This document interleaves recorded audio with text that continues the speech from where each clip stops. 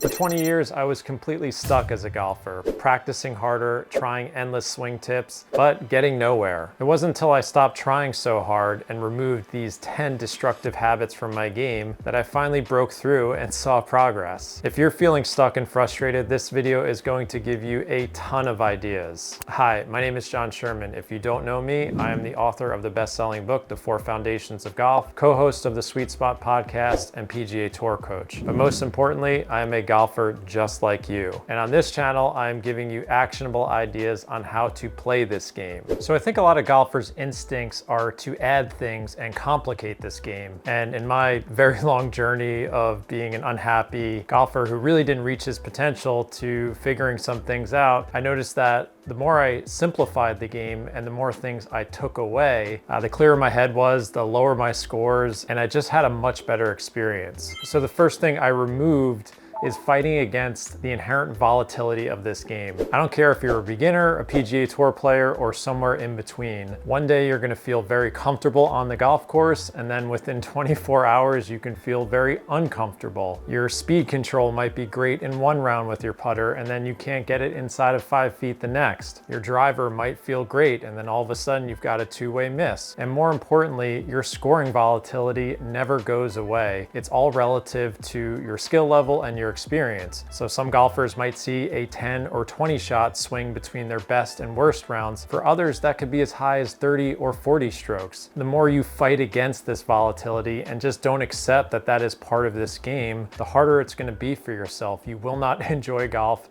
And I fought against this so many times for so many years. I'm still not perfect at it. This is really the top of the list for me because some people just don't accept what this game is. And if you fight against it, you're never going to reach your potential. The second thing I tried to remove is chasing an ideal swing that doesn't really exist. Now, every golfer wants to have a pretty looking swing that looks like Adam Scott, but I can tell you I've had the opportunity to play with tons and tons of great players of scratch or plus level in tournaments, and I see more unorthodox swings than I do cookie cutter looking swings. For years, I never really had a plan or a framework with my golf swing. I was just showing up and trying to shorten my swing, lengthen it, make it look a certain way, and it never really led to any consistent ball striking or improvements. So this constant tinkering and aesthetic improvements didn't really do anything for me. But when I started to pay more attention to my ball flight, more importantly, the big three that Adam Young and I always talk about on our podcast, how am I striking it on the club face? How am I interacting with the turf? And how is my club face control? The more and more I paid attention to my ball flight and these impact fundamentals and tried to work backwards from there, the more control I actually had over my golf swing. I didn't look at video of it. I wasn't trying to make it look a certain way. I'm simply trying to be an athlete and solve the impact equation by reacting to what the golf ball is doing.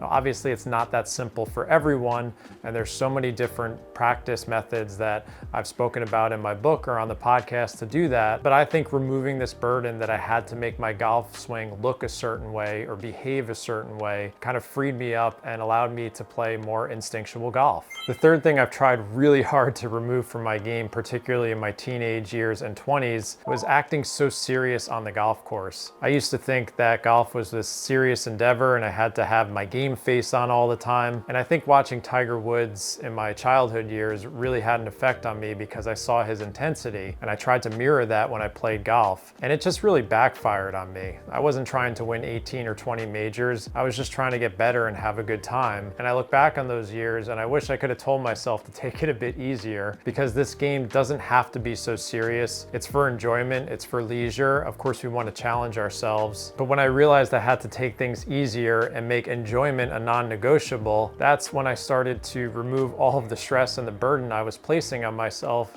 And the funny thing is that I actually started shooting better scores when I did that. I know we can all obsess over golf and get addicted to us. And I know many of you watching this video, it's a really important part of your life, but sometimes we have to take a step back and think about how serious we're taking this game and the behaviors it's leading to on the golf course. I think it's quite easy to go overboard and you kind of have to release the pressure from the balloon, so to speak. Number Number 4 is something that we all struggle with, is worrying about what other golfers think of our game. There's been so many times where I've been paired up with random people on public courses growing up, or especially in tournaments that I play in. All of us believe that we have this spotlight on our golf game.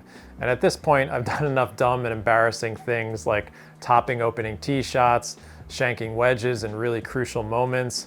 I've missed 12-inch putts in tournaments that meant a lot in front of people. I know all of you have these types of scars and embarrassments, but instead of making us feel bad about them, I think it all should unify us, allow us to realize that this game is really hard and it can make all of us look foolish. But there's something really important to understand about golfers and just people in general, and it's something called the spotlight effect, which is a real psychological phenomenon. And the basis of it is that people are more concerned about themselves than just about any environment. They don't notice what you look like, how you're acting. They're mostly concerned about themselves. And I think this gets magnified even more on the golf course. We're worried about our score. We're worried about the shot we just hit. We're worried about the tee shot we haven't even gotten to yet. We're so consumed with what's going on in our game that yes, we do see what our playing partners are doing, but you just kind of look at it, glance at it, and then get back to what's going on in your head. So if all of us can realize this truth that everyone in our group is not really paying attention to our games as much as they think they are, again, this can relieve some burden and free you up. So just remember that no one cares as much about your golf game as you do. Obviously, we'd be kind and respectful of our playing partners, but they're not staring at your every single move. All right, let's move on to number 5, thinking that you need to master every shot in golf. This gets back to my original point that simplifying your game and removing things can make you better. When I was younger and watching golf on TV, I thought that I needed to shape the ball in both directions. I needed punch shots, super high shots, 3 or 4 different wedge shots at my disposal, because that's how golf was explained to me. If there was a back left pin, I had to draw it in there. If there was a back right pin, I had to fade it in there. If I was short-sided, I need a flop shot. The list goes on and on, obviously. There's endless options in this game. But it took me about 20 years to realize that I kind of sucked at all of these shots. I didn't have time to practice them much, and more importantly, when the moment came on the course where the pressure was on to execute it, I didn't have the confidence to actually pull it off. So what I realized was that the pursuit of all these different shots was leading to double crosses, chunks, hitting shots out of bounds, not even reaching the green with my wedges. In other words, it was doing far more damage than it was good for my scoring ability. So again, I moved away from all of this stuff and I try and be a stock shot player. I'm trying to hit one shot shape with my driver or irons, one trajectory with my wedges, and really simplify things. And if you've read my book or listened to our podcast, you know that I'm not against trying a bunch of different shots when you practice. I actually think getting outside of the box, hitting a bunch of different shapes and trajectories helps build your repertoire as a ball striker and your ability to adjust on the golf course. But that doesn't mean you should play all of those shots. I think it can enhance your stock shots. Most of you watching this don't have endless time to practice. You don't have hours to work on different wedge shots or different trajectories with your irons. So try and simplify it and be a stock shot player when you're on the course. And always there's exceptions to this. We see pro players who can shape it both ways. If it's working for them, great. If you can do it and you feel like you're pulling off the shots, great. But start to think about what you're gaining from these shots and what you're losing, and try and keep track of it. I think you'll find the more you go towards simplicity, the better results you're gonna see with those stock shots. Now let's move on to point number 6, which is slightly related to the last one, marathon range sessions. So I used to show up to the range prepared to hit as many balls as possible, get my hands blistered and bloody, and wear it as a badge of honor to become a better golfer. But it didn't happen. I spent so much time at the range and I didn't see those shots translating to the course. What I realized was that maybe I was focused for the first 10, 20, or 30 minutes, but at some point my brain just got bored and disengaged, and I was just going through the motions. Yeah, I could hit a perfect 7-iron after 40 tries, or hit my driver really well when I was completely warmed up and I had 15 or 20 attempts beforehand. All it did was build a false sense of confidence. I had this idea of who I was as a range golfer,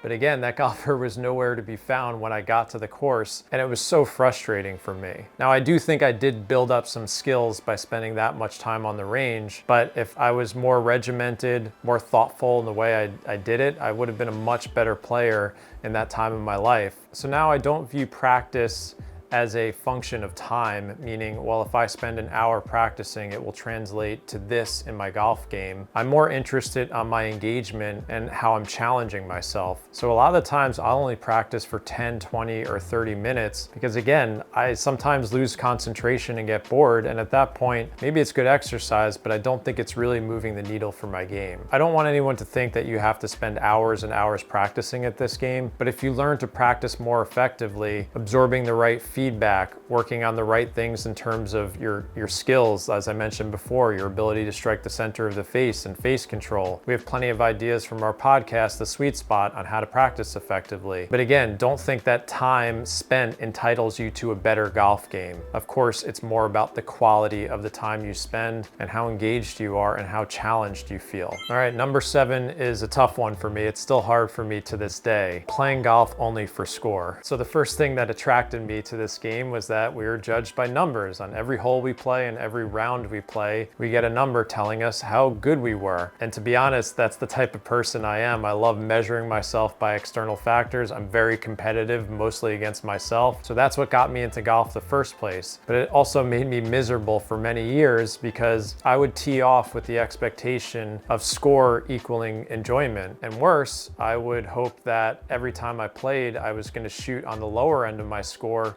and that was the only thing that would make me happy and feel satisfied with that round. And that did not turn out well for me. It led to a lot of frustration, anger, temper tantrums on the course. I was a bad playing partner. And the funny thing about golf I've noticed is that whenever you told someone you played golf, the first thing they ask you when you're done is, what did you shoot? They don't ask you if you had a good time, because golfers and people who aren't even hardcore golfers, they just know about the game. We all just expect that score equals everything. So what I've had to do over the years is kind of decouple my game from my score. Of course, I want to play well and shoot low scores, but I realize that's not always possible. So I have other habits that I hold myself accountable to. Having a good time, picking smart targets, going through my routine. If I can check off the boxes on that list and enjoy my experience, I know I've had a successful day, and hopefully the score follows sometimes. So when I feel that urge of like that addiction to score coming up, and that when I'm teeing off, I'm thinking about a target score, I kind of have to move away from it. And I know that a lot of you struggle with this as well. And you have to find creative ways to, again, disassociate yourself from results, because they're always in your face when we play this game. Number 8,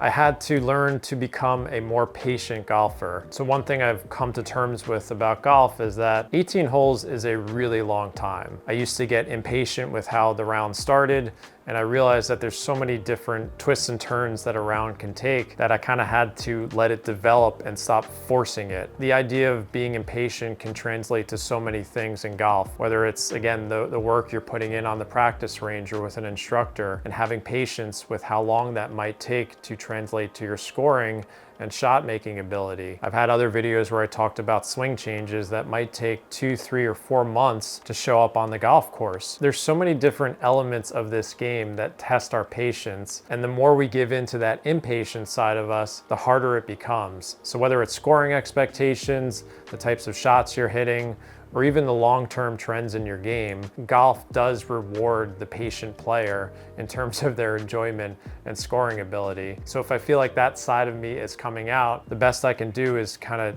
zoom out and take a 40,000 foot view of my golf game. Maybe I had a few bad rounds in a certain month of the year I'm struggling, and if I can zoom back out and give myself perspective, I can kind of quell that impatient side of myself. But make no mistake, golf will feast on your impatience, and it's something that we have to work on to remove from our games as much as possible. All right, number 9, I want to talk about fear. I used to be on a tee box looking at the golf course, and all I saw was the trouble. The trees, the bunkers, water hazards, out of bounds. It was the first thing that I noticed in my mind. It was all I could think about while I was preparing for my shot and hitting it. It was mostly a narrative of don't hit it there. And not to say that I'm not fearful anymore when I play golf, but I have a much clearer concentration on my target. And there's really a few kind of tricks that I've done over the years to really quiet that fear a bit. So a lot of it has to do with strategy. If you learn proper strategy from someone like myself or Scott Fawcett, or you've read Mark Brody's book, and you start to really understand what are optimal targets off the tee or with your approach shots, then you're not gonna have this kind of fuzzy image of your head of where the golf ball is gonna go. You know exactly where you wanna hit it and the club you're hitting, and you're decisive. So that when I'm on the tee box, I know that yes, there might be trouble right, but I've done my homework on the hole. I understand the dispersions of my clubs, how far left and right my driver can go, or any other clubs that I'm using off the tee. And really what this has done is give me a lot of comfort. So certain holes that I used to look at with fear, I actually know, well, I have way more room to the left than I thought, and if I hit it over there, I'm still gonna have a clear path to the green,